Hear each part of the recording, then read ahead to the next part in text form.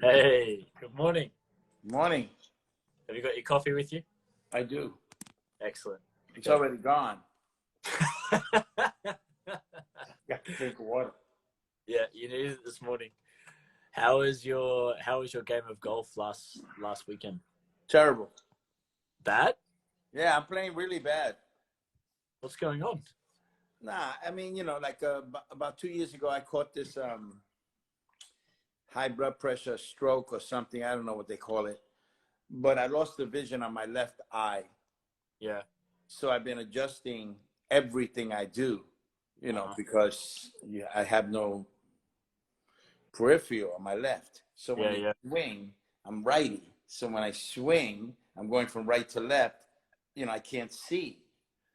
So it's being impacted by it. Okay, So interesting. I try to, swing with a rhythm. Try to feel the rhythm. So I have to warm up like that. But it's terrible.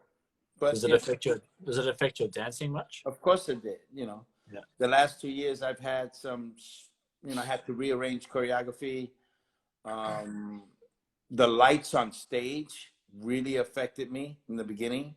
It took like 1.5 years to adjust. Wow. And I got through some terrible performances. I mean, they were terrible. I hate them. Every time I watch the video, I said, and the public doesn't know what's going on. They don't know what's going on with me. Yeah, it's you. They just figure, oh, he's getting old and he's losing his thing. And, they jump to all kinds of conclusions because I'm not going to go public and say, hey, I lost my left eye and it's spinning to the left. It becomes difficult, Yeah. That's the way it is. That's a frustrating thing to be putting up with. Yeah, it's just one more hurdle to kind of get over. Life gives you those hurdles, But you have the right attitude about it. Instead of letting it get you down, you just look at ways of overcoming it. Yeah, but that's been part of my life. That's just who I am. That's you. Growing up in the Bronx was not easy. So, you kind of get a thick skin and you go forward, either that or die, Yeah. one or the other. I'm really grateful for your time today, Maestro. Obviously, it's really early in the morning and you've very graciously donated your sleeping hours before you go and play golf again. But I feel like when we spoke last week, we were just sort of getting into it, we were just warming up, and you have so much information and so much experience to share. And I'd love to tap into that again and, to continue learning with you. Sure. I can't remember where we left off last time, but we spoke about so many things, and I loved how the conversation flowed.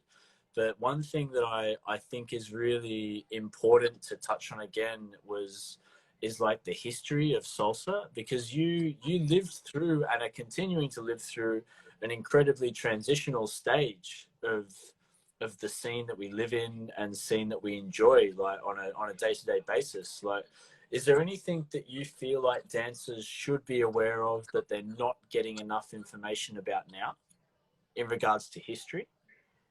Yeah, I mean, they should know who the musicians are that they dance to, where they come from. I think that they should definitely tap into salsa in terms of when the term was being used and why the transition went from mambo to salsa, that kind of thing. If you're thinking about the dance itself, the dance itself, I'm not talking about the music, because the music has evolved since the 30s, 40s, 50s. We all know the influence from Cuba. We all know how we got to New York, the big band sound. We understand that, and a lot of people are more interested in hearing the music part of it historically. That's good. I mean, don't get me wrong. You should absolutely know who you're dancing to, right? But I also don't think that they don't know anything about the dancers that danced during the 50s or 40s. Like, they don't know who these people are, You're talking about like Cuban Pete and these sorts of dancers? Cuban Pete, Millie Tomei, Augie Mago Rodriguez, Mike Terrace, Francois Zoni. I can go on. There's just a slew of dancers that danced in the Palladium that had influenced everything that came out of there. Some of them went through the social dance scene and kept just hanging out in clubs and teaching. the ballroom scene, their mambo in the ballroom competition scene comes from the Palladium. You know, they took the steps and they structured them, and then they said, okay, this is what we're going to compete mambo in. Of course, it's kind of difficult to see mambo in today's competition environment when they do it in ballroom. Right. Because it's evolved, it's become more theatrical. It's just different. It's not any better or worse. Right. You know, it's just different in what they're looking for. They're looking for speed and rhythm and you know, those things. It's a less social than anything else. It's very competitive. But at the time when they took it, and you know, they had New Yorkers in the Palladium. They had, when I say New Yorkers, you know, the actual step. You know, Right. and they had all these things, and I think the dancers today don't look into who those dancers were, how they influenced. You go to Puerto Rico, how the dancers in Puerto Rico influenced them, and so forth and so on. They just don't do enough of that. I mean, there were kids in the scene right now that think that they created things. There are actual kids that actually, like, when they compete in a cabaret and all of a sudden the audience is going ballistic over a move, let's say, when the move had been around for 60 years. Yeah. You know, Okay. but because their lack of information, right, or their interest in trying to find the information, right, they create this thing and all of a sudden they think that they created it. Come on, Right. man. You know, there's so many of those things going on that I kind of feel like, you know, and I do what I can. I share and I talk to people every time I get an opportunity to, but they really should go out. There are books. I mean, Augie and Margo has a book on themselves. I mean, you can Google a lot of these people. I mean, Cuban Pete was around for a really long time, you know, and he influenced a lot of people also. It's just, that's the part of the scene that I think that they need to nurture more of the, who came before them, you know. And as far as dance is concerned, of course, the music, because everybody's always talking about music. It's funny how you're in the dance community, and instead of discussing, you know, the dance, you're discussing music. And I get it. Don't get me wrong. You're dancing to this music. Of course, I grew up, look, my mother had the big three in my living room. So me waking up to Tito Puente, Machito, Tito Rodriguez, Gran Combo that's normal. This was my everyday. This is the culture every day. Yeah. You know, the dance part of it, my mom did what she best, because, you know, my mom is Puerto Rican, and so she dances on three, so to speak. You know, so we you know, do whatever, you know, we flick our feet and go back, but it was so much fun, and it was in the living room, and that's the culture and that whole thing. I get that, right? But I you know, you go into a dance studio and, you know, they got congas and they got you know, the sticks, and they got everything in there, acting like musicians, and, you know, you're a dancer. Talk about dance. Let's get the history of dance going. Let's talk about some of those old timers that left you the steps. You understand? Yeah. Try to get that a little. I see that all the time. I mean, I go to studios sometimes to teach, let's say, and they got all the instruments, and they're talking about clave, and they're talking about this, and they're talking about that, and I watch them and says, okay, so where does that step come from? You know, and they have no idea. They don't even know what the name is, some of them. You understand? They just don't know, and it's just like, okay, you know, you're doing this dance, and yet you don't have a clue, you know? Do you think in that way, like, because there are obviously, like, there are a lot of steps that have names that are very universal, but we don't have the same, from my perspective, like, as far as much of learning as I've done and information that I've received, in one city they call a step one thing, and in another city they call it another thing, but we don't really have like a universal. I mean, there's a lot of, I mean, a Suzy Q is a Suzy Q. A 585 is a 585, right? Turn combinations. We have broken left. You know, we have right side turn. We have those things are universal. But then all of a sudden, you know, you get these other steps, and they give them whatever name they want. Because you know, it could be a lot of reasons. I mean, the studio owner decides they want to have their own syllabus, or they want to have their own structure of the way they feel they want to teach it. You know, stuff like that. It's not as, you're right, it's not as structured, but you know, we have sources. You know, Eddie Torres, Tito, you know, and on the on one you got Johnny, Francisco, Sosa. You know, they all basically talk the same lingo. You know everything I teach comes from New York, so I'm going to use the language they use in New York, or always have. Yeah. Which to some extent, I think that's what everybody should do. Because it comes from, you know, it comes from one or two, 3 places, right? Yeah, you know, it's either New York, Puerto Rico, Cuba, you know. So then why don't you call it that? Why do you have to make up your own steps? Yeah. You know, do you feel like that's the problem that's been going on for a long time. Yeah, you know? that's right. Do you feel like there should be like a universal terminology for it? Because in Australia we have terms for certain things. Like I feel like in the ballroom world and in like the ballet world, this is what it is, undisputed. Like this is, well, that's been around long. They've been it. around. Let's ballet is 400 plus years. You know, ballroom is 100 plus years. So it's standardized. It's organized. It has a governing body. Yeah. It has people willing to work together for the betterment of the community, right? Yeah. In this community, we have a lot of really independent thinkers that feel that what they do is, you know, better than everybody else.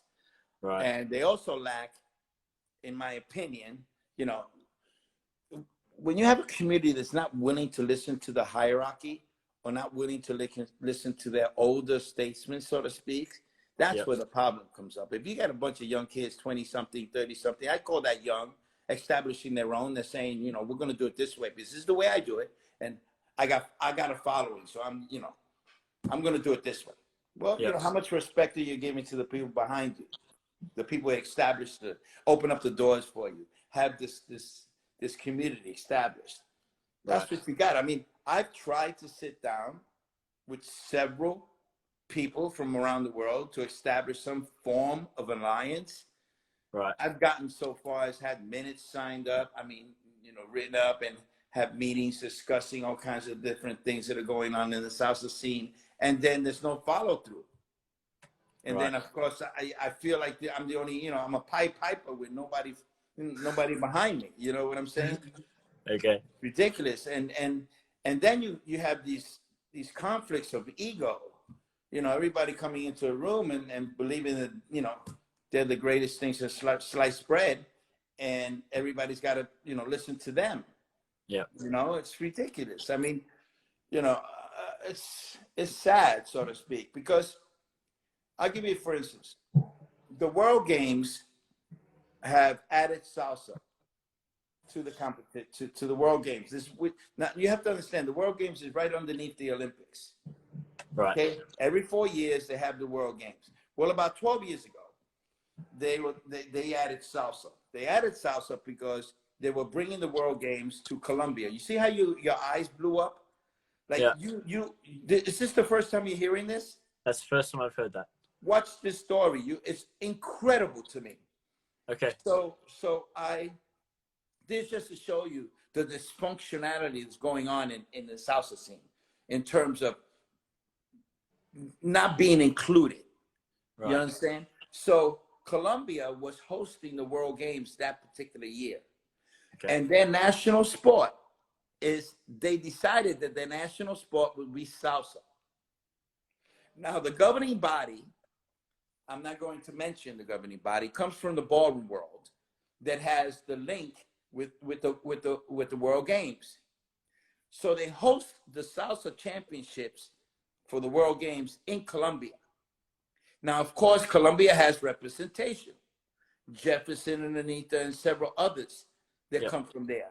Of course, Italy had representation because Italy has the IDO, International Dance Association, which, by the way, has a lot of real salseros. You know, salseros that are in our world that we recognize, and that are also compete in the FITS and the other organizations in Italy.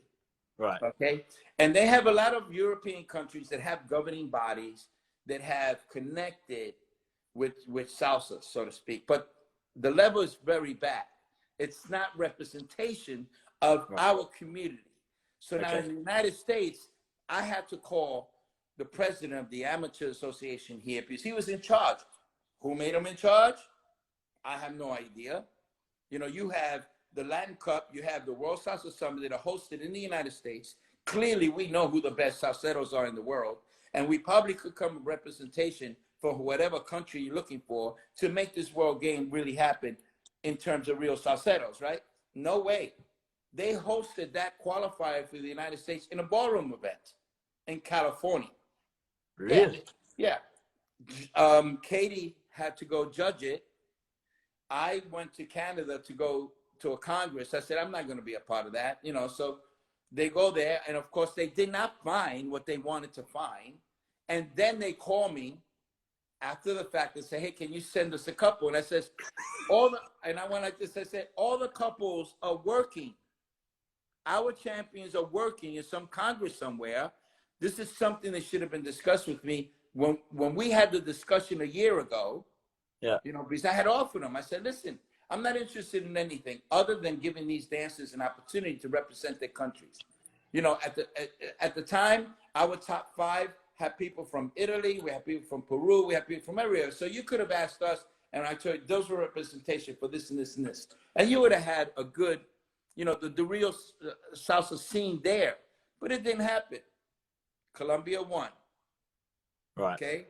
Then 4 years go past again. Again, I'm just using my example. The United States does not have proper representation. We come 28th place. How does the United States come in 28th place? Not proper representation. Yeah. It's ridiculous. You know, and this is what I mean, because we are not sitting at the table. It's because we're not organized enough for them to even recognize us. They can't take us seriously if we don't. If you know, I'm just showing you from an organization, from the governing body view, so to speak. Because you know, I'm a member of the National Dance Council of America here. You know, I'm a member of the World Federation. You know, so in the ballroom world, I have a sense of how they govern their body and stuff, and we don't have that. And because we don't have that, we're not included as a whole in some of these prestigious events. I mean, the World Games is a big deal. That's the step before the Olympics. Yeah. And the fact that you don't even know that existed is sad. Yeah. I mean, every salsero in the world should be okay if they're interested in competition. You know, I'm not saying that that everybody should be interested. I'm just saying for those that want to be interested in competition and want to know what's going on with the world of salsa, that's an opportunity lost. Yeah, absolutely. Unless you're part of a governing body, right? That we know we don't have one right now. Yeah. You know, so that's a misstep for us. Right. Yeah. So bearing that in mind, is that something that you're mindful of with your own competition? Because I know your competition is probably one of the most well-represented events in the world. You have competitors. Yeah, but I can't get at my event. I had a meeting. I had a meeting in my event, and I thought the meeting went well, but there was no follow through. Again, you know, so it's just, you know, difficult, you know, to make it happen. I'm going to keep looking for an opportunity to try to make it happen. At some point, I would like to see it happen. I think that, you know, like I'm really happy about a certain in Mexico, for instance, some of the biggest promoters in Mexico got together and had a meeting about how they were going to handle their competitions. And they came to a conclusion about having the same type of rules for their pro-ams and their am-ams and stuff like that. So that's encouraging, right? That you had a country that did that, right? Yeah. And then Italy right now has Fritz and the IDO, which is 2 organizations that kind of govern that. And you have a lot of salseros that come out of Selena Simone's studio and several other people, and they compete and they have competitions like every 2 months and stuff like that. So they nurture that. They have that, and several other countries have it as well. Here in the United States, I mean, we basically have a freelance kind of thing. People just show up and compete. Then, Yeah. and I think the old system is that you join, you become a member, you pay a membership fee yearly, and that governing body uses the money for websites, advertisement, or whatever they have. And I think that most people in the salsa and bachata scene don't want to pay somebody else to be that. Yeah. You know what I mean? I don't think they see the value in it. I think it's a mistake. I think that if you get the right people on the board and they have the best interests of the salsa and bachata scene, then it doesn't hurt. Yeah. You could probably structure some of the events so they could clearly have the same rules, and people don't have to change their choreography every time they go to a new competition. How detrimental is that to the scene? And then people have to pick and choose what they're doing, right? It's not to their advantage, I can tell you that. Mm. I had the same rules. Me, Katie, and several of the other people at the time for ESPN has set a set of rules that basically was used at the International Hustle and Salsa. After that, when I did the summit, I kept the same rules, but the Latin Cup changed a few of their rules. Instead of doing the three section tricks in the arm one, the arm two, they decided they were going to put 5. So that changed everything, because if their competition happens in December and then mine happens in January, basically the competitors have a choice. They have to have 2 versions of the same routine, or they'll be violated at mine. Yeah. Now, I'm not trying to be a hard ass. I'm just don't think that we should have any more tricks in the arm one, the arm two. You only have like 2 minutes. I'd rather see more of the dancing than the trickery. Yeah. The theatricality is okay, but it's just when are we going to stop? I mean, that division is going to become more like a cabaret if you let them keep doing tricks. So at some point, when we did 3, we thought that was too much back then.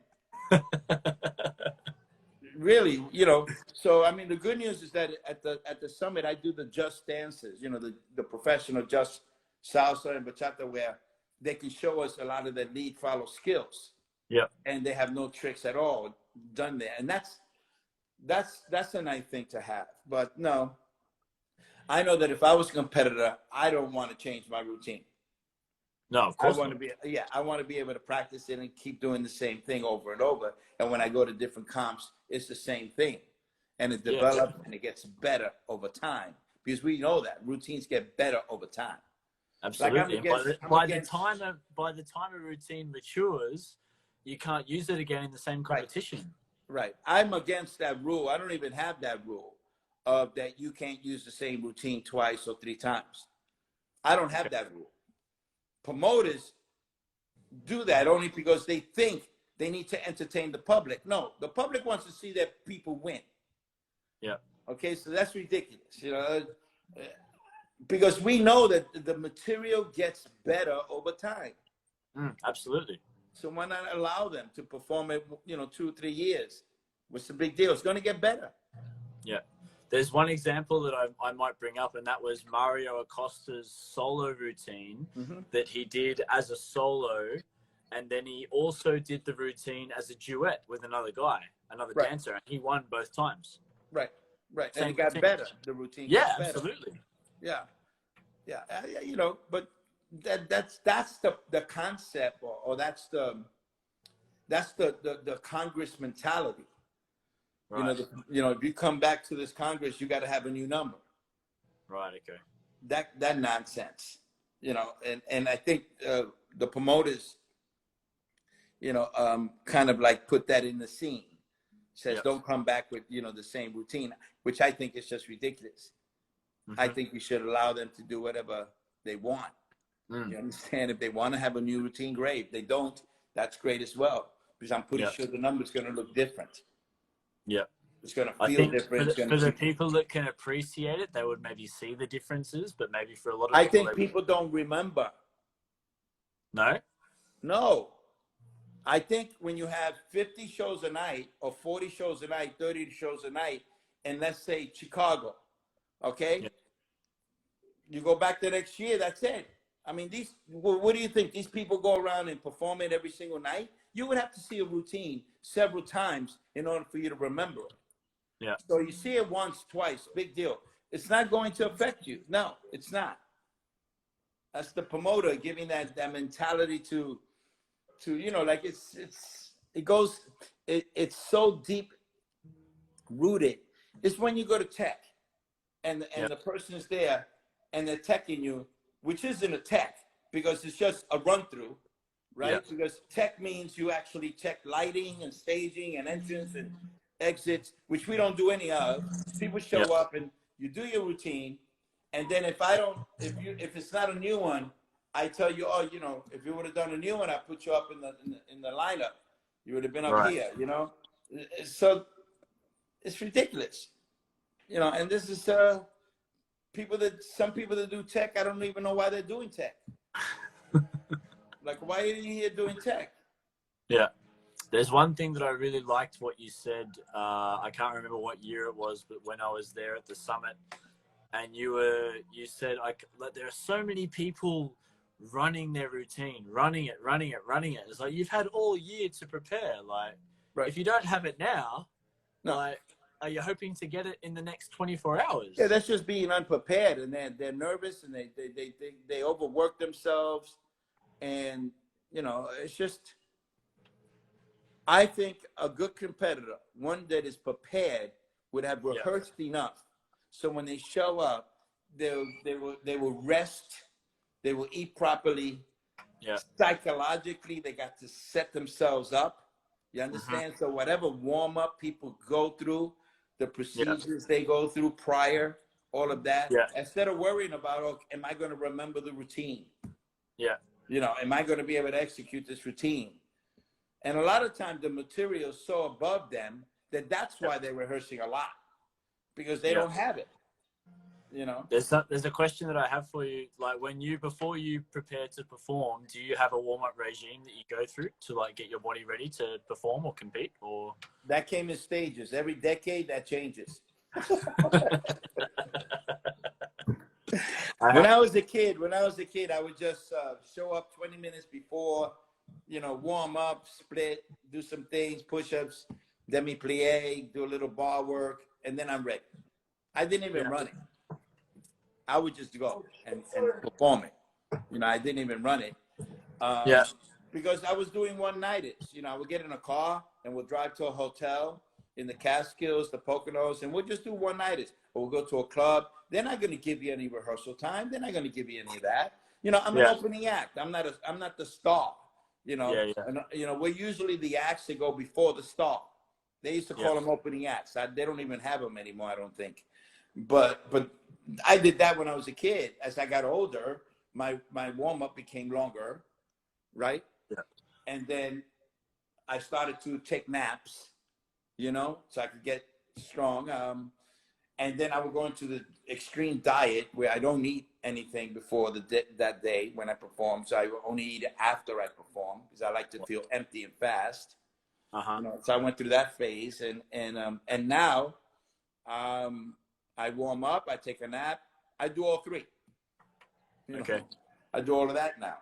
I have a funny story for you. So when I was backstage at a Congress, I can't remember where, in Europe somewhere, and Tropical Gem, Fernando Souza's team, are backstage, and Yamalei are backstage. And Tropical Jam all have their jackets and their hoods on, and they're doing push-ups and they're exercising, and they have like a 30-minute warm-up regime. And you look across at Yamalei, all the girls are splitting, the guys are doing push-ups, like everyone's getting ready to perform.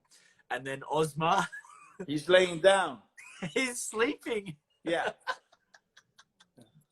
But when you get older, you kind of have that confidence, and he probably did a little warm up in his room. Yeah. And it comes down, and that's when he does the whole psychological meditation thing. Yeah. He just stays down, disconnects from everybody, just go over the routine in his head, and then he goes out and does his thing. There's nothing wrong with that, but that works for him. and he's flawless. Like, he doesn't make mistakes, but like he woke up and he went, right. okay, But let's I'm go. pretty sure. Yeah, but you know, I know how Yamale rehearses. Yeah, You know, they rehearse like almost every non-stop. night.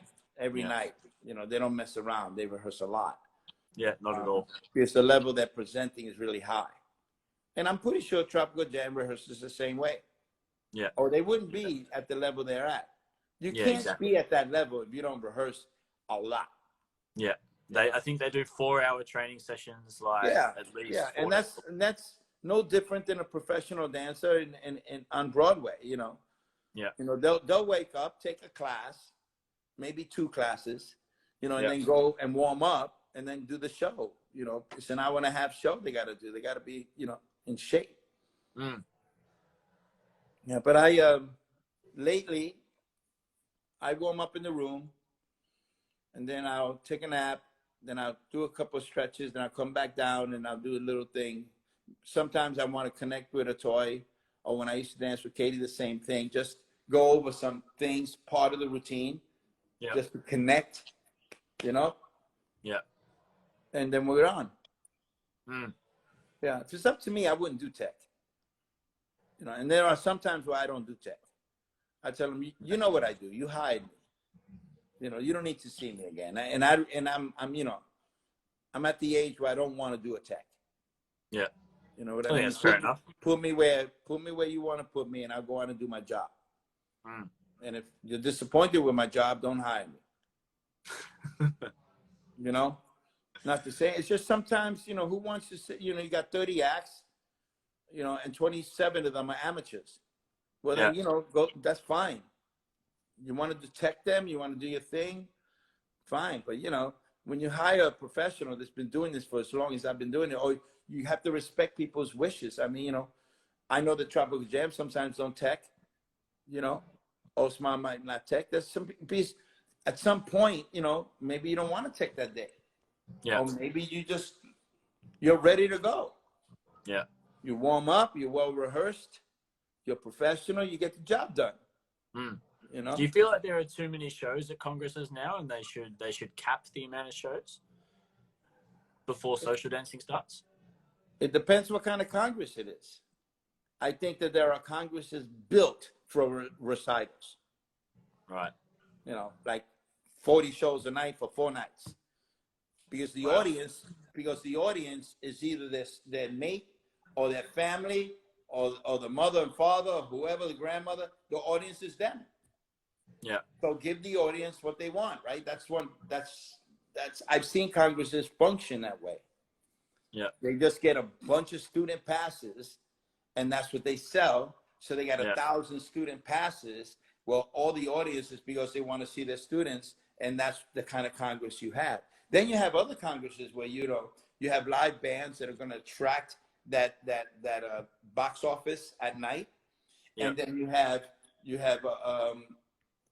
maybe 15 to 17 shows a night, and half of them are the pros, and the other half are studio owners that have their stuff, and that functions too. You know what I mean? It kind of depends, I think, what type of Congress it is. What do you think about Jack and Jill, about pairing dancers from out of the professional pool and putting them together with other professionals to see how they go? I did that in the West Coast swing world. That's a West Coast swing thing. Do I think it's a good? It's not a bad thing if they take it seriously. If they make it a joke where people taking their clothes off and they're humping on each other and they're throwing each other and all that nonsense, that's a joke. Yeah. I'm not interested in seeing that. Yeah. There are events that always ask me to do a Jack and Jill, and I tell them, is it a serious Jack and Jill? Oh, no, we're just going to have fun. I said, well, have fun on your own, because I'm not going to do that. Yeah.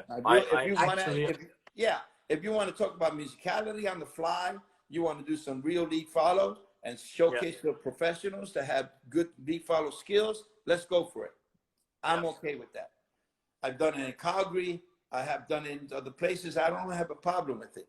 It's when it becomes a joke, is when it becomes that I'm against it. Yeah, I understand.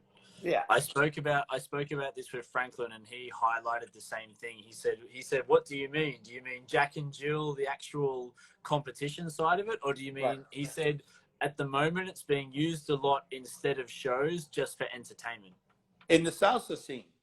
Yeah. In That's the not the salsa way. scene, yeah, That's not the way it's done in the West Coast swing world. or the Zouk world. I don't think the Zouk Exactly. can do that. Exactly. They'll have a chair. They'll be featured. They go into a hat. They pick out the number, and Yeah. and this is the person I'm dancing with, you know. And if they get lucky, they might get their own partner. Who knows? And then we Yeah. get a treat, you know. I mean, how many times did Jordan pick Tatiana, you know, or that? Yeah. So you know, when you see that, you get to see some really good dancing. I think that's great. Yeah. When you Did they don't have? see that and it's a joke, Yeah. that's when I want to hide. You Yeah. know, so I really, understand. we got to do that. You know. Because there are better ways to showcase the scene instead of like you described, just taking clothes off and No, that's not the dancer's fault. Oh no. When Jack and Jill first came into the scene, that was in San Francisco, and this is back and it was the MC facilitated that, right, encouraged it, made it into that. That's why that happened, and then they copied it. right, okay, No, I was there. I witnessed it. I know exactly when it happened and how it happened. And I was appalled. I said, you guys should be doing real Jack and Jill. You got real talent here. yeah. You got real dancers. I mean, they could be musical. It's at the highest level. Mm. What do? You turn it into a joke. What year was that? How long ago was that in San Francisco? Oh, God. 2006, maybe. 2007, maybe. Something like that. And the salsa scene adopted Jack and Jill from West Coast? Where are you going to get it from? That's where you got it. And it just so happens it was San Francisco. Guess what? California, the hub of West Coast swing. Okay. Of course they Wow. got it from there. They didn't get it from somewhere else. Yeah. Come on. It's just, you know, they did that. And of course, at the time I said, you know, this is not a good idea. Oh, it's fun. Billy, why are you always being so serious? This is the whole thing with me. Yeah. You know, I'm always so serious. I'm always so intense. No, I just see it for what it is. And I have a tendency of looking at the future, which is nearby. Yeah. And guess what we got? We got Jack and Jill's are a bunch of joke. It's a joke. Yeah. Because they dance for real for like 1 or 2 rounds, and then the clothes start to come up, the shoes, you know, people riding each other's back. I mean, all kinds of stuff. Girls on girls, you know, boys on boys, you know, all kinds of shit going on. Yeah. Come on. It's a joke. If the scene was to adopt something, like, I know you work really hard, like tirelessly, to make sure that you provide the most prestigious event that the world has to offer. I know that you put so much work behind the scenes to not only like in your craft, but to deliver what you believe dancers deserve for doing what they're doing. Like, how would you do you feel like there are some changes that are coming that'll benefit the scene in the future? Like, is there anything that you have in the pipes or anything that you're thinking, okay, I would like to see it go in this direction? No. Right now, I think that we have to kind of settle into the rules and regs that we have. We have to kind of start having discussions on how to take it to the next level. The problem is that to produce a better product, let's say competitively, it has to be structured. The road to championship status needs to be somewhat more structured. Right. And not just on a local level, but on a national and world level. And for that to happen, you have to have a lot of people agree. And it's a tough thing. I don't know if I'm ever going to see that in my lifetime. I mean, with so much. I mean, I've been in this fight for so long. I mean, 20-something years ago when we first introduced it, I had gotten so much slack for it, man. You know, I was ruining salsa. You know, it's going to lose its flavor. You know, you're going to make it overly technical. Why can't it be all of it? Why can't it be all of it? I don't understand that. You know what I mean? Why is that? Mm. You know, when I look at a Karen or Ricardo, I see a very flavorful, very disciplined, very powerful, very technical couple. Mm. I don't see a couple that doesn't have flavor. Do you? Yeah, of course not. Adrian and Anita, another fantastic couple. Kareem and Raphael, another fantastic couple. I mean, I can go on. And these couples are all couples that came from the competitive environment. And they go back out to the Congress world. And guess what? They're closing the shows because they are who they are. Yeah. So, but instead of embracing that and saying, okay, this is working, let's keep going there, I get this pullback. This, you know, don't make it so structured. Don't make it this. Don't make it that. You know, don't put them in a box. Come on, man. You know, you get to one competition here, and then the rules changes when you get to another competition. And I judge in a lot of places, so now I got to read their rules. Yeah. I got to read shit they made up. You know, and they made it up from what, 5, 6, 7 years of experience, based on my 40-something years experience, and me and some other people that I have to sit down because I don't make the call. I make suggestions, and I listen to other suggestions, and I talk to people that I believe can help the community. I sit down. I spend a lot of time talking to Tito. I spend a lot of time talking to a lot of different people. Mm. You know, to see how we can make it better. Yeah. Right. So Did Tito and Tamara ever compete? Tito has. Tito competed. Tamara, I don't know. Never really asked her. Can't remember. I know that Tito has. He does a fantastic workshop when he travels internationally about the history of salsa, something like a project that he's been working on for a long time. He's constantly upgrading it, adding to it. Yeah, it's fantastic. I really enjoyed it. I've watched it a couple of times now. We need a historian. We need someone to kind of put everything in perspective, you know? You know, everybody believes this, you know, you have to give people a broader understanding. Salsa didn't just come from one place or one individual. Yeah, of course. This is a, you know, consensus of several different places, opinions, and he does a really great job doing it. It's a fantastic presentation. I highly recommend it to anyone that has the opportunity to watch it because it's great. Yeah, it gets lengthier every time. But that's good though, right? He's consolidating what he's learned. Interesting. You can actually sit there. It's interesting. I can sit there for forever. Me and him talk all the time, you know. And then I'll mention something. He says, "Oh man, you know, who's the name and who's that?" Because I would, you know, as an older guy, I kind of don't think it's important. Because, you know, you have the information, but it's up here, and I spill it out. And sometimes vice versa. I ask him, "Where did you get that from?" "Oh, okay, that's interesting." Like I have a Pachanga book that's like a softback, you know, that was printed in 1960. And it was done by a guy named John Lucchese. And he wrote it. And John Lucchese is an old dance enthusiast. He was a lawyer. And in the 70s, he nurtured me, helped me, because he's the one that originally made me aware of Augie and Margo, that eventually became my mentors and teachers and stuff. But I remember you saying in your last interview. John Lucchese were very instrumental in introducing me to ballroom, introducing me to all of the mambo dances from the Palladium era, because they were still around in the 70s, you know, when I was growing up and learning stuff. So I had that book. And I showed it to Tito, and he went ballistic. He says, "When are you going to mail it to me? When are you going to mail it to me? I want that book, and I want to see it." Because it actually has pictures of the feet, you know, and it has, has the history. Well done book.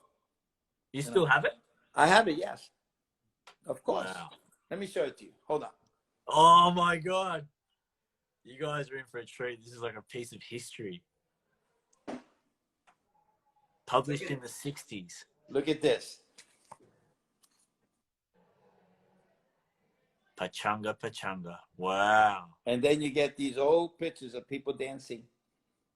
This is out of the book. Yeah, this is a pamphlet. It's a small book. It's in pieces now. Look, it's an Wow. actual book. You said published in the 60s? Yes, this was Wow, that's published by incredible. John A. Lucchese. It was 50 cents the book. Yeah. I give Some you a of it, dollar for it. I mean, some of the paper is so old that it breaks. You know, Wow. and that's the thing. You know, a lot of people talk about pachanga and boogaloo and all that nonsense, but you know, it's just these dances. Yeah, I'm looking for the year, and I'm pretty sure it was the year I stated. Oh, look, copyright 1961. Wow. Yeah, it's right here. Here That's in the bottom. incredible. 1961 in the bottom. Wow. Yeah. So I keep all of this stuff. You know, I collect. So I like to collect everything I can, so I know what I'm talking about. Yeah, absolutely. And when I watch people, you know, teach pachanga and they're doing, you know, that nonsense, they have no clue. But they do their thing, right? Yeah. And that's another thing. Instead of really reading up on it and finding out how far back it goes, how far back does that music go? You know, is the boogaloo really like a big thing, or was it just a little fad? You know, the boogaloo was like a fad, like the twist. Right. Yeah. I could be, please correct me if I'm wrong, but my understanding of Boogaloo is that it's Latin music with English lyrics. Yes, that's like one aspect of it. That's one defining Yeah. characteristic. And that came about after, I think it was in the 60s, when all of the Latin music was sort of being ostracized a little bit because of the conflict between America and Cuba. So it became less and less fashionable. No, it was musicians just assimilating each other, man. It was learning from each other, experimenting. You know, that's all that was. Joe Cuba was one of those. I mean, you have a lot of musicians at the time. They were you know, be doing mambo here, and then they go down the block on 52nd Street, and they got jazz. Guess what? Then you got Latin jazz. They came out of that. You understand? It's that whole thing about mixing up and creating, and you know, it's what it is. That's how that comes about. And so that's how English like lyrics were fused with Latin music. Right, because you have a lot of New Yorkers. You have a lot of New Yorkers. We were speaking English. Yeah. You know, a lot of us. But then at home, you guys have like a totally Hispanic culture and experience. It depends what generation you are. Right. Like my mother came from the island. My father came from the island. My grandmother came from the island. So when I was growing up, I heard mostly Spanish. Yeah. And I got the English from the school. You understand? Yeah. And the street. But, you know, then you have generations that don't speak Spanish in their house anymore because they were born maybe earlier, like a decade earlier, you know? Yeah. And they're like second generation, third generation. They speak mostly English, and they have some Spanish. You understand? It just does that. I mean, the society in which we grew up in at the time, you couldn't walk around the streets speaking Spanish. It wasn't like you got, I mean, in our neighborhood, when I was growing up, it wasn't the majority of Latinos. Yeah. We had Italians, we had Black, African American, and then you had us, you know, and then you had something else. But primarily, I remember my neighborhood primarily being Italian. Wow. You know, so we weren't speaking Spanish when I walk into that store. Yeah. And they didn't have a lot of bodegas, you know. They didn't have those stores, Spanish stores. They didn't have any of that. Not when I was growing up in the 60s, yeah, and the 70s. Then later on, of course, it all changed, you know. But no. So a lot of the music reflects the society in which we live in at that time. That's such an interesting piece of history that I'm so grateful to learn, because you're someone that lived it. You were there. Yeah, my experience was that. You know, don't forget, I was trying to be white. You know, I say that in a nice way, and I'm not trying to. But, you know, when I was growing up, you know, we still had the thing that Puerto Ricans had a switchblade. You know, the persona was, you know, West Side Story. You know what I mean? You know, that kind of nonsense. I mean, so, you know, I'm walking around, I say, oh shit, you know, I'm trying to get a job. How do I get this job? You know, so I didn't speak Spanish. I spoke English as best as I could. I tried to get rid of whatever accent I had. Mannerisms from the ghetto, I tried to get rid of that so I can get a job dancing. And as a reflect, you know, it's sort of like white privilege, you know, so to speak. I had my own experience. So I benefited from that because I'm a little more fair skinned. So I went into a place and I would get a television show, I would get this, I would get that. The problem with that is that you lose your identity, you know. So in my teens, I was chasing that because I had dreams of Broadway, off-Broadway, movies, TV. I had those dreams. As I got older, I gave less of a, you know, I became, you know, I became who I always was, me, you know? So I decided that I wanted to work within the Latin community and I wanted to do things to better, you know, to better myself and the community I live in. You know, I was really excited when the whole Congress thing happened. I mean, when the Congress thing happened, that was the best thing. I mean, because that really gave us an industry in which we can, you know, as a dancer, as a musician, as where it gave us a place, it gave us a home. And then you could excel there, you know, as long as we have it, we grow the industry properly. From a Latino perspective, you know, because salsa is all inclusive. We try to include everyone in the world. But from my perspective, you know, this was home. It was my music that I heard when I was growing up. It was my dancing that I've done, you know, and this was my opportunity to come in as a senior participant and contribute, you know. So I brought in the knowledge I had and I started to spread that around and do what I do. And I've always done that, you know, as a kid. Even when I established a dance company, my whole company, I was 20 years old. They were all 17 and 18 and they were from the Bronx like me, you know. So I've always kind of pushed the people with me along. I open up a door, I said, come on, the door's open, let's go. Let's get in here. You know, I've always did that. So no,